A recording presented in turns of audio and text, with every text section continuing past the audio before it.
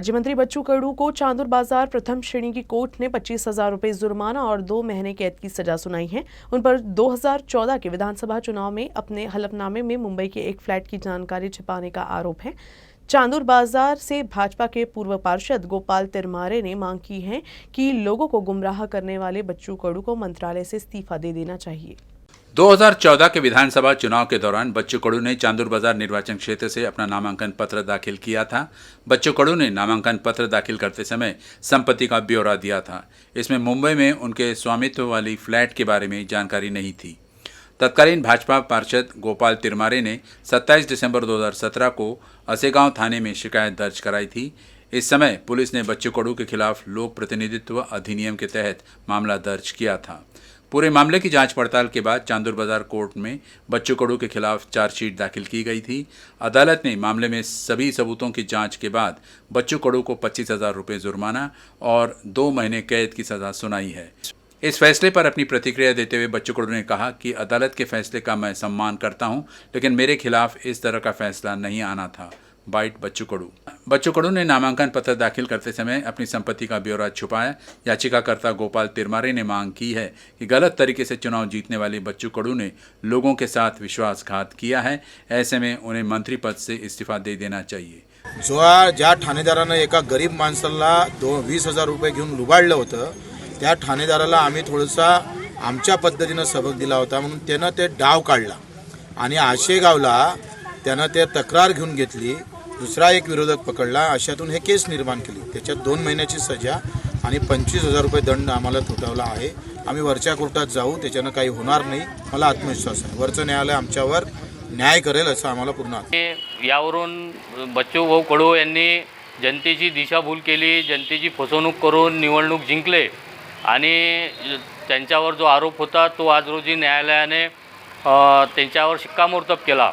त्यामुळे मी अशी याद्वारे त्यांना मागणी करतो की गाडगे महाराजाचा आदर्श सांगणाऱ्या आणि 1-1 रुपया मागून निवडणूक लढणारे आणि जिंकणारे आणि लोकांची फसवणूक करणारे जे विद्यमान राज्यमंत्री साहेब आहे, त्यांनी आपल्या आमदारकी या पदाचा आणि राज्यमंत्री पदाचा त्वरित राजीनामा द्यावा। अकोला महानगरपालिका के कांग्रेस नगर सेवक साजिद खान पठान, मोहम्मद इरफान खान और एक महिला नगर सेवक के पति मोन्टू खान को जिला व सत्र न्यायालय ने जमानत दे दी है। इन सभी को मनपा के अधिकारियों को कुछ घंटे तक कैद करके रखने के मामले में गिरफ्तार किया गया था।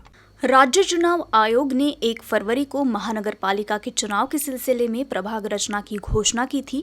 प्रभाग रचना की घोषणा के बाद आपत्ति व सुझाव दाखिल करने की समय सीमा 14 फरवरी तक दी गई, लेकिन कांग्रेस के पूर्व गठनेता साजिद खान ने मनपा प्रशासन पर सत्तारूढ़ भाजपा के इशारे पर प्रभाग रचना तैयार करने का आरोप लगाते हुए सहायक नगर नियोजक संदीप गावंडे, उत्तर क्षेत्र के क्षेत्रीय अधिकारी विठल देवकते को 3 घंटे तक कैद करके रखा था, जिसके बाद मनपा उपायुक्त डॉक्टर पंकज जावले ने सिटी कोतवाली पुलिस में शिकायत दर्ज करवाई। इस मामले में सिटी कोतवाली पुलिस ने साजिद खान, 5 पार्षदों और 5 अन्य के खिलाफ विभिन्न मामले दर्ज किए हैं। पुलिस ने साजिद खान के साथ नगर सेवक मोहम्मद इरफान खान और एक महिला नगर सेविका के पति मोन्टू खान को गिरफ्तार किया था। हालांकि गिरफ्तारी के बाद इन सभी को अदालत से जमानत भी मिल गई। आपराधिक गिरोहों पर अंकुश लगाने के लिए जिला पुलिस अधीक्षक जी श्रीधर ने विशेष दस्ते का गठन कर अपराधियों के खिलाफ कार्रवाई शुरू कर दी है। इस अभियान के तहत अब तक जिले से कुख्यात अपराधियों को तड़ीपार किया गया है। अब्दुल रहमान, अब्दुल हकीम और अब्दुल शकील अब्दुल हकीम के खिलाफ ओल्ड सिटी थाने में पिछले कई सालों से संगीन अपराध करने का मामला दर्ज है। इन अपराधियों को 2 साल के लिए तड़ीपार का प्रस्ताव तैयार कर पुलिस अधीक्षक को सौंपा गया था। इसी सिलसिले में पुलिस अधीक्षक जी श्रीधर ने इन दोनों आरोपियों को 2 साल के लिए अकोला जिले से तड़ीपार करने का आदेश पारित किया है। अकोला जिले में अपराध पर लगाम लगाने के लिए पुलिस ने अपराधियों को तड़ीपार करने का सिलसिला शुरू किया है, जिसके तहत संगीन अपराध करने वाले अपराधियों पर लगातार कार्रवाई शुरू है। अकोला जिले के तेल्हारा तहसील के खापरखेड़ा के नजदीक राजुलेत एग्रो इंडस्ट्रीज में भीषण आग लग गई। दमकल कर्मियों की मदद से आग बुझाई गई, लेकिन इस आग में लाखों रुपए का नुकसान हुआ है। गनीमत रही कि आग में कोई हताहत नहीं हुआ। अकोला जिले के तेल्हारा तहसील के खापरखेड़ा में एग्रो इंडस्ट्रीज है। इसी कंपनी में अचानक से आग लग गई। आग कैसे लगी ये तो स्पष्ट नहीं हो पाया, लेकिन कुछ देर में आग तेजी से फैल गई, जिसके बाद तेल्हारा नगर परिषद के दमकल विभाग को आग की खबर दी गई, जिसके बाद दमकल कर्मी घटनास्थल पर पहुंचे और आग को बुझाने के प्रयास में जुट गए। काफी मशक्कत के बाद आग पर काबू तो पा लिया गया, लेकिन इस भीषण आग में कपास की गांठें और बोरियां जलकर खाक हो गई। इस आग में लाखों रुपए के नुकसान होने का अनुमान जताया जा रहा है। गनीमत रही कि आग में कोई भी हताहत नहीं हुई। लाइन बंद करेला ध्यान देने को।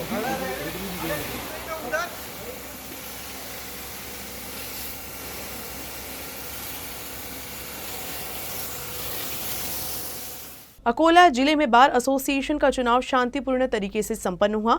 पश्चिम विदर्भ में अकोला बार एसोसिएशन सबसे बड़ा एसोसिएशन है और 46 साल पहले स्थापित किया गया था। पश्चिम विदर्भ में महाराष्ट्र की सबसे ज्यादा 1156 सदस्य संख्या वाला एसोसिएशन है। अकोला बार एसोसिएशन का चुनाव शुक्रवार को संपन्न हुआ। इस बार 1155 लोगों ने सदस्य के रूप में पंजीकरण कराया है और उन्हें इस चुनाव में वोट देने का अधिकार मिला है। अकोला जिला बार एसोसिएशन के अध्यक्ष पद के लिए 3, उपाध्यक्ष पद के लिए 2, महिला उपाध्यक्ष पद के लिए 3 और सचिव पद के लिए 3 उम्मीदवार थे। पश्चिम विदर्भातली सर्वात मोठी bar association Akola bar association 140 वर्षापूर्वी याची स्थापना झालेली आहे। 1652 सदस्य संख्या असलेली विदर्भातील फार मोठी बार असोसिएशन आहे जिल्ह्याच्या ठिकाणची आणि जवळपास 1155 लोकांनी आपली वर्गणी भरलेली असल्यामुळे त्यांना मतदानाचा अधिकार प्राप्त झालेला आहे। अध्यक्षपदासाठी 3, उपाध्यक्षपदासाठी 2, महिला उपाध्यक्षपदासाठी 3 आणि सेक्रेटरी पदासाठी 3 असे उमेदवार रिंगणामध्ये आहेत आणि अगदी शांततेच्या वातावरणामध्ये सकाळी 10:30 ते दुपारी 3:30 वाजेपर्यंत निवडणूक होत आहे। आनंद उत्साहाने आणि शांततेमध्ये सर्व वकील मंडळी जी आहे आपला मतदानाचा वापर करीत आहे आणि 2022-23 साठी एक चांगली कार्यकारिणी वकिलांचे प्रश्न सोडविण्यासाठी निवडून यावी या निमित्ताने आज आमच्या बारचे सर्व सदस्य जे आहेत मतदानामध्ये हिरिरीने भाग घेत आहे आणि निश्चित मला खात्री आहे की या मतदानाचा जो परिणाम आहे चांगला येईल। अकोला में शुक्रवार को 52 लोगों में संक्रमण की पुष्टि हुई। जिले में फिलहाल कोरोना के 308 एक्टिव मरीज हैं। अकोला में कोरोना मरीजों की बढ़ती संख्या में अब कमी आ रही है। शुक्रवार को अकोला में 52 लोगों की रिपोर्ट पॉजिटिव आई है, जबकि उपचार के बाद 96 लोग कोरोना मुक्त हुए हैं। हालांकि उपचार के दौरान एक मरीज की मौत हो गई। अकोला में सार्वजनिक शिव जयंती उत्सव समिति की ओर से छत्रपति शिवाजी महाराज की जयंती 19 फरवरी को मनाई जाएगी। 1 फरवरी से 19 फरवरी तक शिव जयंती सप्ताह के तहत अनेक उपक्रम आयोजित किए जाएंगे। इसकी जानकारी सार्वजनिक शिव जयंती उत्सव समिति के अध्यक्ष निरंजन पावसाले ने आयोजित पत्रकार परिषद में दी। 19 फरवरी को मनाई जाने वाली शिव जयंती सप्ताह का प्रारंभ 13 फरवरी को सुबह 10 बजे शिवाजी महाराज पार्क में किया जाएगा, जहां ध्वज पूजन कर और शिव सप्ताह का उद्घाटन होगा। इस दिन रोजगार मेले का भी आयोजन किया गया है। 14 फरवरी को सुबह 11 बजे विभिन्न स्कूलों और कॉलेजों में निबंध प्रतियोगिता का आयोजन किया गया। शिवाजी महाराज पार्क में भव्य स्वास्थ्य शिविर, राज्य स्तरीय वक्तृत्व प्रतियोगिता, नर्सरी से कक्षा 4, कक्षा 5वीं से 10वीं, कक्षा 9वीं से 3 ग्रुप में ओपन ग्रुप प्रतियोगिता का आयोजन होगा। 16 फरवरी को कौलखेड़ से शिवाजी महाराज पार्क तक भव्य जन जागरूकता रैली, विभिन्न स्कूलों और कॉलेजों में व्याख्यान श्रृंखला, चित्रकला प्रतियोगिता, शिव प्रताप महानाट्य जैसे विभिन्न कार्यक्रम आयोजित किए जाएंगे। छत्रपती शिवाजी महाराजांची जयंती 19 फेब्रुवारी रोजी मोठ्या उत्साहात साजरा करण्याकरता सार्वजनिक शिवजयंती उत्सव समितीच्या वतीने या ठिकाणी आज पत्रकार परिषद बोलावण्यात आली। विविध कार्यक्रमाच्या माध्यमातून 13 तारखेपासून तर 19 तारखेपर्यंत छत्रपती शिवाजी महाराजांची वैचारिक शिवजयंती अकोल्यामध्ये साजरी होणार आहे। मी अकोलेकरांना विनंती करतो की आपण सुद्धा प्रत्येक कार्यक्रमात सहभागी होऊन या शोभायात्रेचा आनंद घेऊन घरोघरी सुद्धा 19 तारखेला शिवजयंती मोठ्या उत्साहात साजरी करावी या निमित्ताने सगळ्यांनी एकत्र यावं एवढी आयोजन समितीच्या वतीने विनंती करतो। अकोला में ट्रैफिक पुलिस ने तेज और कर्कश आवाज के साथ गाड़ी चलाने वालों पर कार्रवाई शुरू कर दी है। शहर के मुख्य सड़क और रिहायशी इलाके में इस तरह से गाड़ी चलाने की वजह से ध्वनि प्रदूषण के साथ ही नागरिकों को भी काफी परेशानी हो रही है। अकोला शहर में कुछ युवक ट्रैफिक नियम की अनदेखी कर तेज और कर्कश आवाज में गाड़ी चलाते हैं। तेज आवाज की वजह से सड़क पर चलने वाले लोगों को काफी परेशानी होती है। साथ ही कई बार तो तेज और कर्कश आवाज की वजह से दूसरे वाहन चालकों का ध्यान हट जाता है और हादसे हो जाते हैं। इस संबंध में ट्रैफिक पुलिस को लगातार मिल रही शिकायत के बाद ट्रैफिक पुलिस निरीक्षक विलास पाटिल के नेतृत्व में कार्रवाई शुरू की गई है। तेज आवाज के साथ और बिना लाइसेंस के गाड़ी चलाने वालों पर कार्रवाई शुरू हो गई है। पुलिस ने 3 बुलेट गाड़ियां जब्त की है। साथ ही वाहन चालकों को ट्रैफिक पुलिस ने नियमानुसार गाड़ी चलाने की हिदायत दी है।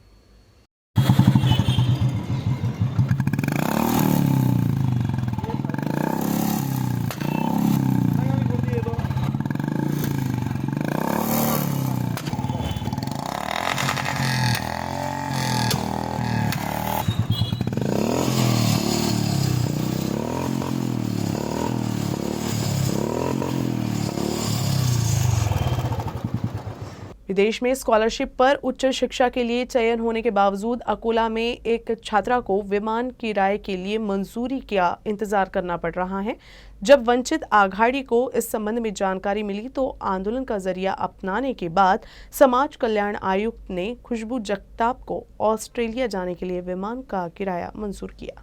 विदेश में उच्च शिक्षा की चाह रखने वाले विद्यार्थियों को किसी न किसी कारण से देर करने का नया मामला अकोला में सामने आया है। अकोला की खुशबू अशोकराव जगताप का वर्ष 2020-21 में राजश्री शाहू महाराज छात्रवृत्ति के लिए चयन हुआ था और उसे ऑस्ट्रेलिया की यूनिवर्सिटी ऑफ मेलबर्न में एडमिशन भी मिल गया था।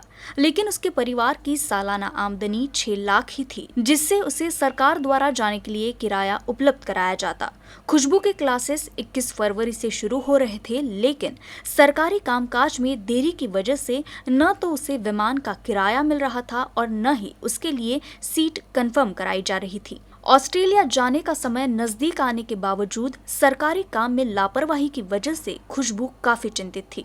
तभी वंचित आघाड़ी को इस संबंध में जानकारी मिली, जिसके बाद समाज कल्याण विभाग के अधिकारी को आंदोलन की चेतावनी दी गई, जिसके बाद छात्रा के विदेश जाने के किराए को मंजूरी दे दी गई। सामाजिक न्याय मंत्री आणि मुख्यमंत्री, राज्यपाल या सगळ्या मंडळींना तो तातडीने पाठवण्यात आला की अधिकाऱ्यांनी जर आपला ही वागणूक बदलवली नाही तर वंचित बहुजन युवा आघाडीच्या वतीने अधिकाऱ्यांना चोप देऊन काळं फासलं जाईल।